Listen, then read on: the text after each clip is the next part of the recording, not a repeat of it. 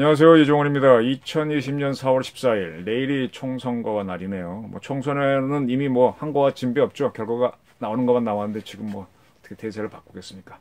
제가 이제 총선 이후에 코로나 시대에 맞는 역후 시대에 맞는 정치 체제를 만들어야 된다. 대한민국은 그런 얘기를 어제 말씀드렸습니다.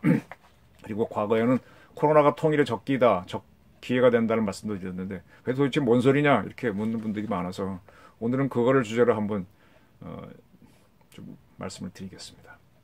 오늘의 제목은 코로나는 나의 친구, 즉 코로나와 함께 살아갈 준비를 하시라는 얘기입니다. 그리고 코로나는 통일의 기회다. 코로나를 통일의 기회로 삼자가 오늘의 주제입니다. 백신 없는 코로나 아직은 없죠. 그래서 코로나 확산을 이렇게 대처하면서 그걸 이용해서 어떻게 활용하는 방법인지를 제가 Think the unthinkable 차원에서 말씀을 드리겠습니다.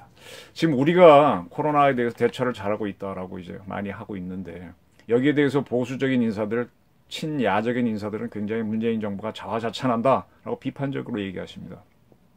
그럴 필요는 없고요. 문재인 대통령이 잘하는 게 아니라 대한민국 의료진이 잘하고 있는 거죠. 굉장히 잘하고 있는 겁니다. 잘하고 있습니다. 그래서 지금 우리가 앞으로 어떻게 될지 또 우리가 헤쳐온 게 어떤 건지를 알려면은 우리만 보면 잘 안 보이잖아요. 제가 키가 보통 사람 좀 큽니다만은 걔가 키가 한 3m쯤 된다면 남보다 멀리 내다보고 앞에 누가 온다고 미리 얘기하겠죠. 근데 커봐야 10cm 정도일 테니까 도찐개찐이라서 멀리 안 보입니다. 또 군중 속에 들리는 소리도 다 들리고 멀리서 오는 소리를 들어야 예측이 가능한데 잘 안 보이는 때 이럴 때는 어떻게 하면 좋습니까? 다른 집단들이 어떻게 하고 있는가를 보이면 쟤네들이 저렇게 하고 있는 걸 보니까 우리가 이런 상태구나. 우리가 이런 상태로 지나갔구나 하는 이해가 가능하면서 앞으로의 추이도 어떻게 가야 되는지 방향도 설정이 가능하죠.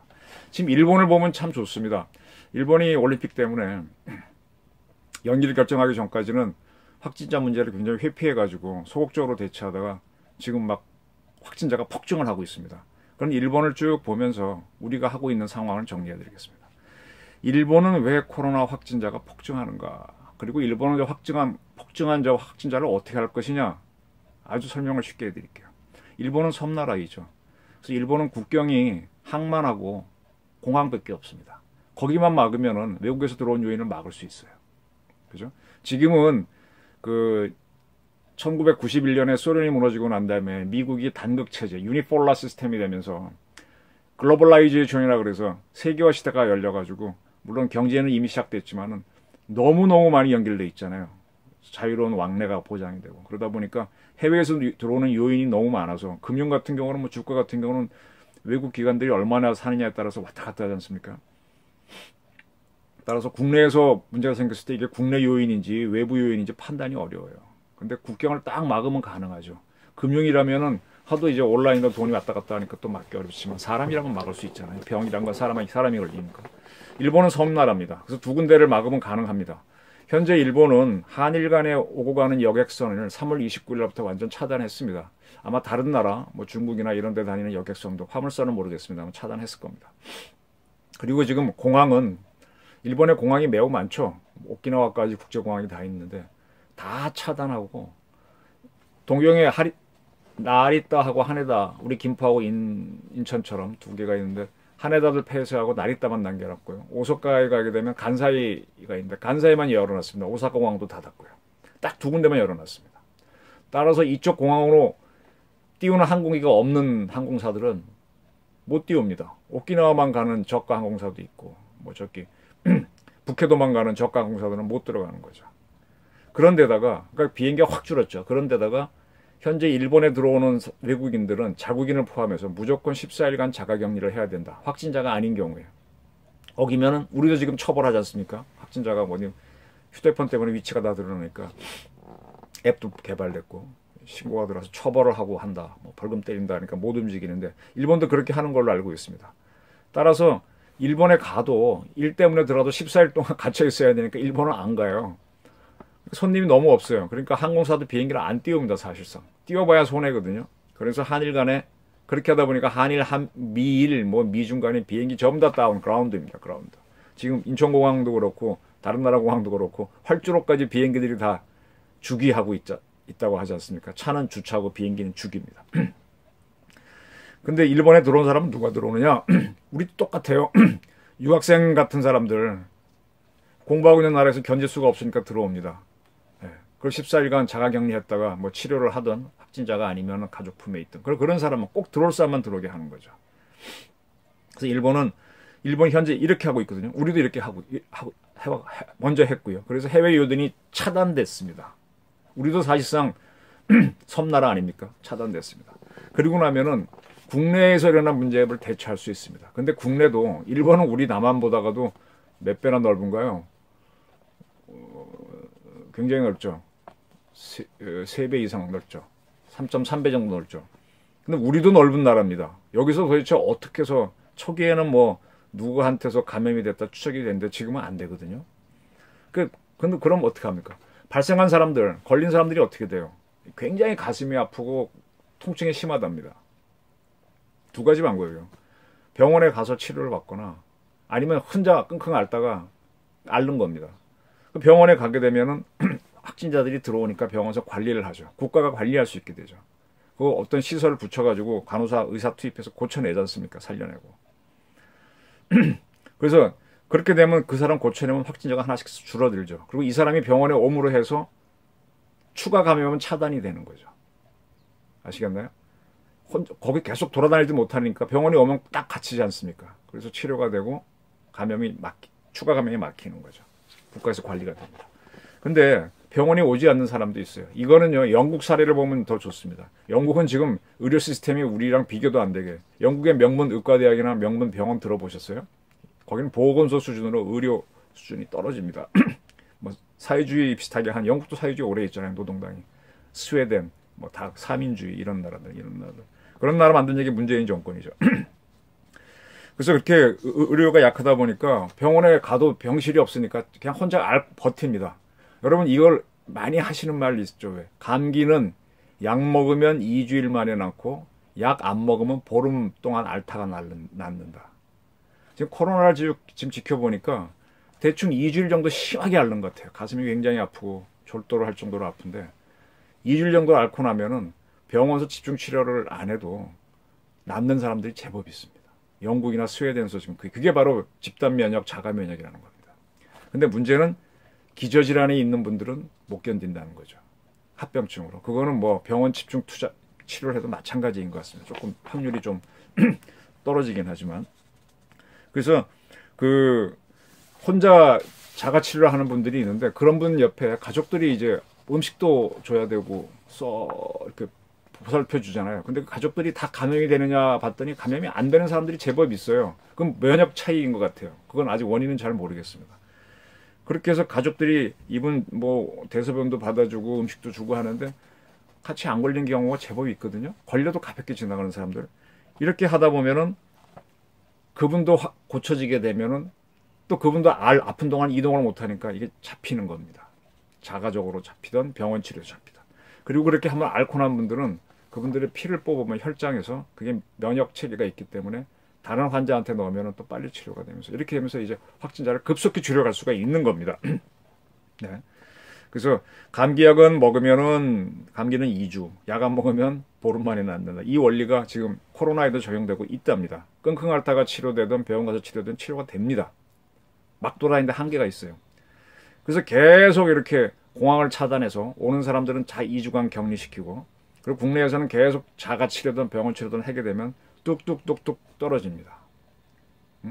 그 다음부터는 어떻게 됩니까? 우리나라에서 옛날에 북한 간첩이 들어왔다 그러면은 처음에는 맹숭맹숭하고 있다가 그게 어떤 피해를 줬다 그러면 그때부터 국민들이 조심하잖아요. 막 신고도 하고 어떤 범인이 탈취해서 인질극을 펼쳤다 그러면 처음에는 맹숭맹숭하다가 나중에 어디 나타나서 누구 인질극을 했다 그러면 막 신고를 하지 않습니까? 그러면서 수사하다가 잡는 거거든요. 마찬가지로 지금 코로나가 커졌기 때문에 확진자 비슷한 사람이 있으면 신고가 들어가거나 뭐 해서 빨리빨리 대처가 됩니다. 그게 대한민국 시스템이 움직이기 시작하는 거죠. 그렇게 하면서 하게 되면 국내에는 줄어들고 공항과 항만에서 최일선에서 거기가 이제 국경선 병원이 돼갖고 확진자를 걸러내고 자가격리시키면 이제 해외 요인도 차단되고 국내 요인은 줄어들고 하게 되면은 그때부터는 경제를 돌리는 겁니다. 네, 공장 돌리고. 근데 문제는 여기서 또 해외에서 또 들어올 수 있으니까 해외를 함부로 열면 안 돼요. 이 열었다가 지금 실패를 하는 나라가 싱가포르입니다.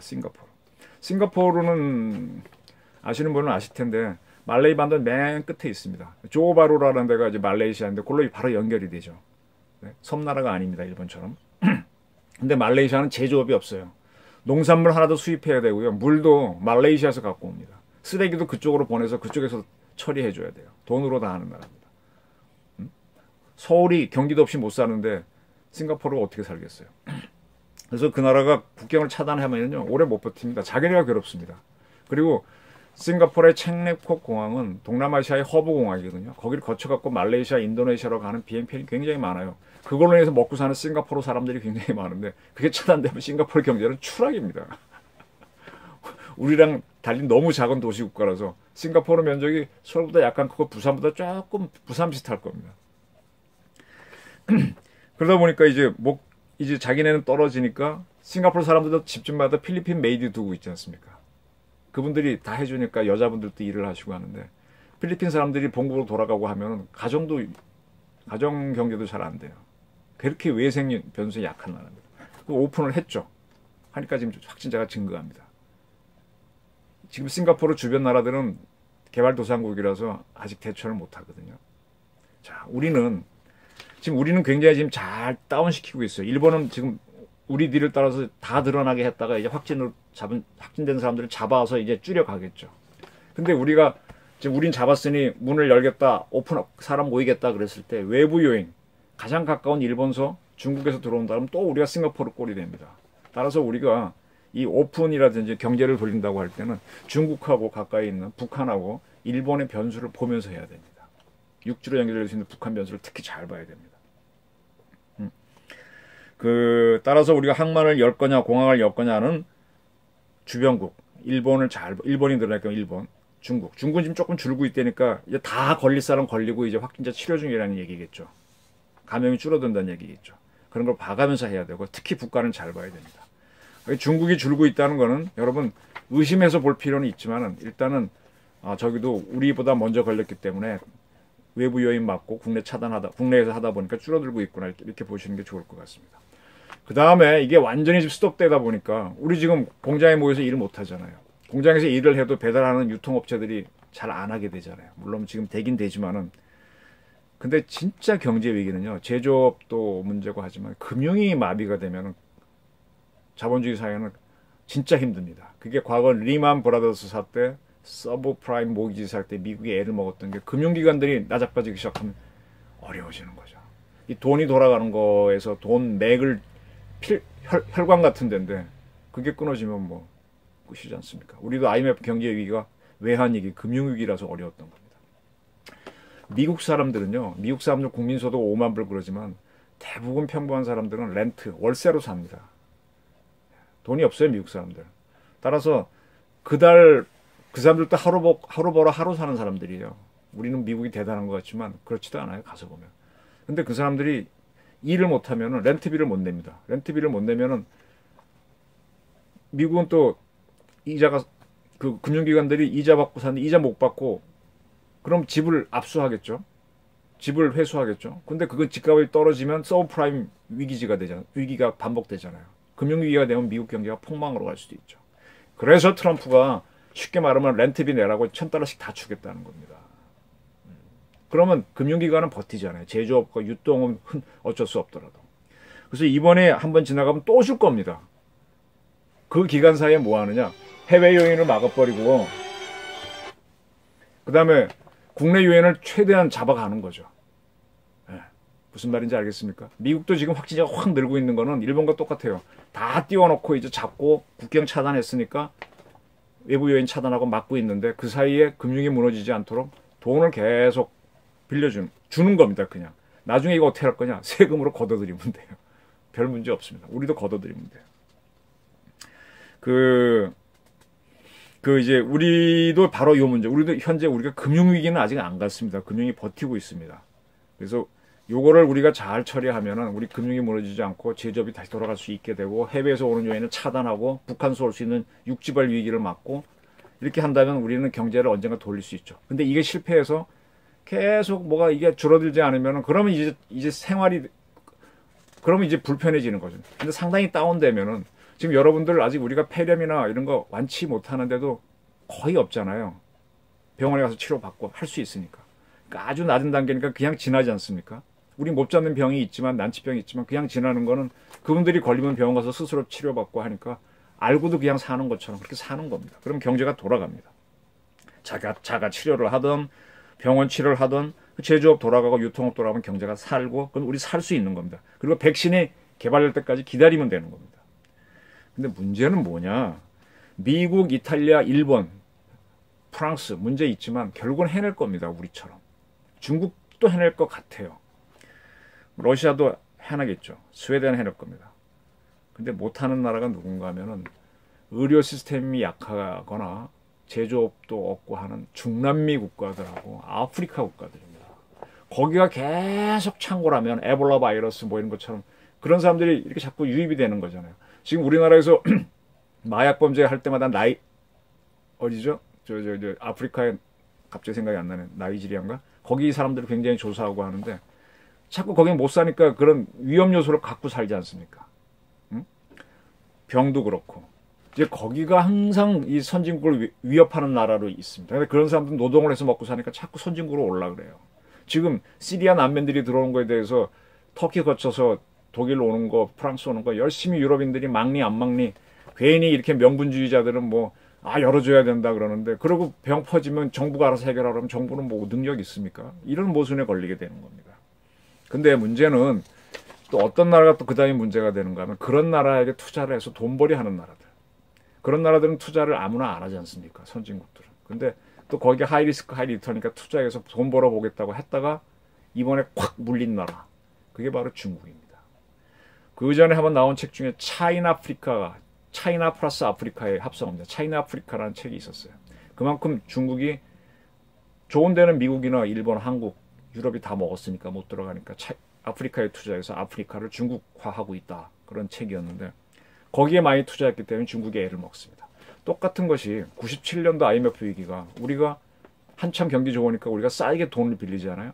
동남아시아는 하이리스크 하이리턴 지역이었죠. 거기다가 돈을 빌려줬던 겁니다. 투자했던 겁니다. 그래서 이자를 따먹었는데 그 나라가 IMF 위기를 맞으니까 우리가 연속으로 맞게 되는 거죠. 중국이 이 코로나 문제에서 자기 스스로 환자 문제는 해결해도 바로 투자 문제 때문에 위기에 빠질 수 있습니다. 지금 한국 경제가 펀더멘털이 좋다고 하네요. 그럼 견디겠죠. 북미나 일본, 소유럽도 버틸 거고 중국과 러시아도 이 환자 문제는 견디겠지만 중남미와 아프리카, 북한, 인도 이런 나라들이 어렵겠죠. 그리고 거기에 돈 빌려준 나라가 어려워지겠죠. 자, 이제부터는 제가 통일 문제를 말씀드리겠습니다. 제가 코로나 시대에 같이 사는 방법은 설명드렸고요. 북한이 코로나 대처에 실패해서 유통이 되지 않으면 북한 정권은 붕괴될 수 있습니다. 북한은 제조업이 별로 없어요. 중국에서 임가공을 하는 겁니다. 중국에서 원부자재 받아가지고 싼 인건비, 우리 개성공단처럼 해갖고 중국에 돌려줘서 그 정도 제조업밖에 없거든요. 무기는 좀 만드는지 몰라도 제조업은 그렇습니다. 따라서 그런 경공업 제품을 중국에서 갖고 와서도 먹고 사는 상업주의 자본주의 단계인데 유통이 차단되면 저기는 제조업이 죽고 유통이 죽습니다. 또 그래서 뇌물도 못 받습니다. 야매로 받는 돈도. 그렇게 되면은 국민들이 힘들어지고 물론 그 사람들도 이제 면역력이 있는 사람들은 살아나겠죠. 근데 기저질환 사람들이 많아서 과거에 그 대기근 때처럼 몇백 만이 죽었다고 할 때처럼 그렇게 되면은 위기가 온다는 거죠. 물론 그때도 북한은 살아났고 핵무기도 개발했습니다. 어떻게 할지 모르겠습니다만 그때 북한이 대기근이 심할 때 우리한테 서울 불바다 위협하면서 뭐 겁을 줘서 뺏어갔는데 그걸 할지 안 할지 모르겠습니다. 겁을 주겠죠. 코로나를 탄을 쏘겠다는 식으로 할 수도 있고요.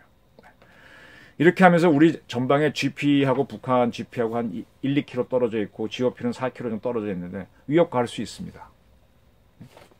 사회적 거리는 충분히 두고 있는데 여러 가지 방법을 할 수 있죠. 뭐 짐승을 통해서 집어넣는다든지. 그걸 차단해야죠. 현재 우리 60만 대군이 군에 있는데 이 병사들이 크게 감염이 없거든요. 이게 뭔가 외출, 외박 일체 못 나가게 했어요. 확진자 있었겠죠. 병원 내에서 군병에서 고치면 되는 거고. 아무도 안 나가니까 지금 우리 잘 대처하고 있어서 미군들도 우리한테 배운다는 거 아니에요. 미국 육군 총장이 우리 육군 총장한테 전화해서 어떻게 했냐 할 때 무조건 차단이다. 그러니까 미국이 따라가지 않습니까?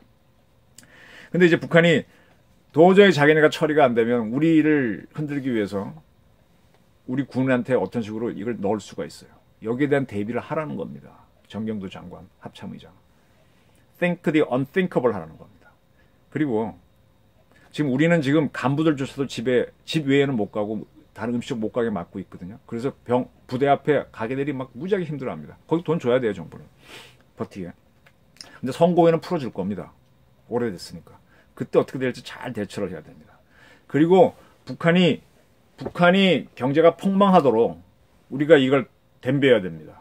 Think the unthinkable. 북한이 우리를 코로나 공작할 수 있다는 거에 대비하는 것도 있지만 거꾸로 북한이 그게 퍼지도 있도록 방안을 만들라는 겁니다. 이거를 국정원이 하라는 거고요. 국가안보실, 문재인 대통령이 끌고 있는 정의용 실장이 이끈 국가안보실이 이런 거 하라는 얘기입니다. 국군정보사하고. 지금 문재인 정부에서 민간기구가 우리나라에서 코로나 키트 같은 거를 제공한다 뭐 이런 보도가 나오는데 이거 잘 따져보고 해야 돼요. 이거 제공해서 대북 공작이 유리할 수도 있고 불리할 수도 있습니다. 저는 무조건 반대는 안 해요. 이거 주게 되면 우리에 대한 기대가 커지니까 심리적으로 휘어잡을 수 있죠. 통일이 위해서 필요하다면 하고 아니면 말고 종합적인 판단을 잘 하라는 얘기입니다. 그리고 김정은이 자체가 정은이는 저 친구는 기저질환이 있는 친구예요. 작년 6월달 판문점에서 트럼프 만날 때 이러고 왔잖아요. 이런 친구가 코로나 걸려서 영국 총리처럼 뭐 잘못되면 더 뉴스고 걸려도 뉴스일 거고. 그리고 김영남 같은 이런 상임위원장들 이런 사람들도 노인들이기 때문에 기저질환이 있기 때문에 약합니다. 북한 간부들이 걸리기 시작하면 북한 정권이 흔들리게 되죠. 그런 걸 만드는 방법을 국정원, 정보사, 국가안보실 생각하라 이겁니다. Think the unthinkable. 이거 안 하고 무조건 하니까 친북 정권, 주사파 정권이 되는 거죠. 그리고 북한이 매우 어려워졌을 때 CVID, 북한에게 완전한 폐기를 조건으로 뭘 해보는 거죠. 중국조차도 한반도 비핵화에는 동의했어요. 대한민국도 핵을 갖지 말고 북한도 갖지 말라. 따라서 야 우리가 북한이 이런 상황이니까 북한이 핵 제거하면 지원하자. 이렇게 해서 중국을 끌고 들어가는 거죠. 그럼 중국까지도 북한 지원 못하게만. 중국도 지금 어려워요. 코로나 때문에. 지원할 수도 없을 겁니다. 그래서 북한이 CVID를 하도록 유도하라 이겁니다. 완전 탈핵한다면 그때쯤 지원하는 거죠. 응? 그리고 그렇게 해서 북한 정권이 무너져서 어떤 통일위기가 왔을 때 그때 이 SOC 건설을 지원하고 그때쯤 만약에 백신이 개발된다면 정말 금삼천하의 기회죠. 백신 맞고 들어가서 북한 개발해주고 북한 사람들 필요한 사람 살려주고 어려운 사람 살려주고 김정은이는 말고 이렇게 해서 통일해버리면 되는 거 아닙니까? 총 한 방 안 쏘고 핵 무력화시키는 방법이 될 수 있는 거죠. 네. 이겁니다. Think the unthinkable. 이런 거를 염두에 두고 상상력을 발휘해서 계획을 짜고 플랜을 만들고 연습시키고 실행하라입니다. 국가안보실, 정의용 실장, 문재인 대통령. 당신이 할 게 바로 이겁니다. 그래서 우리는 지금 코로나와 함께 살 준비를 하고요. 확 비율을 떨어뜨려서 폐렴이 있는 정도에서 사는 것처럼. 그리고 대한민국 탈핵을 한 게 문재인인데 그게 아니고 북한 탈핵을 할 수 있도록 코로나를 활용하라 이겁니다. 그것이 박근혜 대통령이 말한 통일 대박의 기회가 된다. 제가 코로나는 나의 친구, 코로나는 통일의 기회가 된다는 걸 이렇게 제 플랜을 말씀드렸습니다. 한번 참고해 주시기 바랍니다. 감사합니다.